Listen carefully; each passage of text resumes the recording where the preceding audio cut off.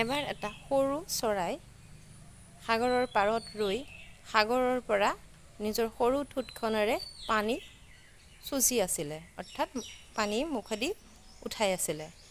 তেতিয়া আন এটা পক্ষী আহি পেলাই ক'ব লাগিছে যে ভাই তই কি কৰ, এনেকৈ যে তোৰ সৰু ঠোঁটখনেৰে পানী শুহি আছ।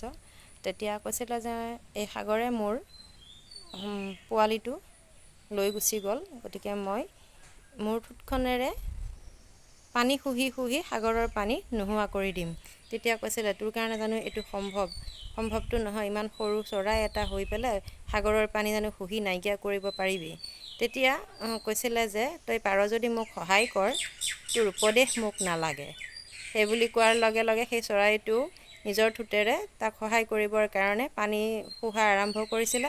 তাকে দেখি বহুতখিনি চৰাই আহিছিলে, আহি তাহাঁতেও সেই একেটা কথাই কৈছিলে যে পাৰ যদি মোক সহায় কৰ, তহঁতৰ উপদেশ নালাগে। আৰু সেনেকৈ কোৱাৰ লগে লগে প্ৰত্যেকটো চৰায়ে সাগৰৰ পানী শুহিবলৈ চেষ্টা কৰিছিলে।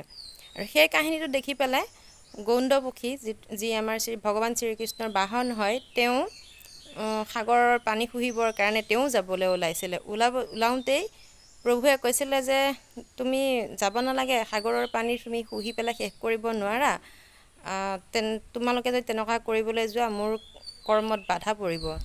তেতিয়া কৈছিলে যে পাৰে যদি প্ৰভু আপুনিও আমাক সহায় কৰক, উপদেশ দিব নালাগে। আৰু তেতিয়া ভগৱান শ্ৰীকৃষ্ণও গৈছিলে সেই সাগৰৰ পানী শুহিবৰ কাৰণে।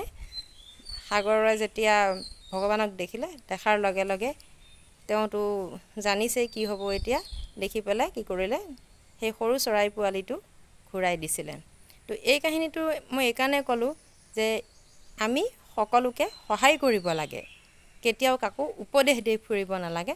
পৰাপক্ষত মানুহক বিপদৰ সময়ত আমি সহায়হে কৰিব লাগে, উপদেশত সেইখিনি সময়ত কাম নাথাকে। হয়নে নহয় বাৰু?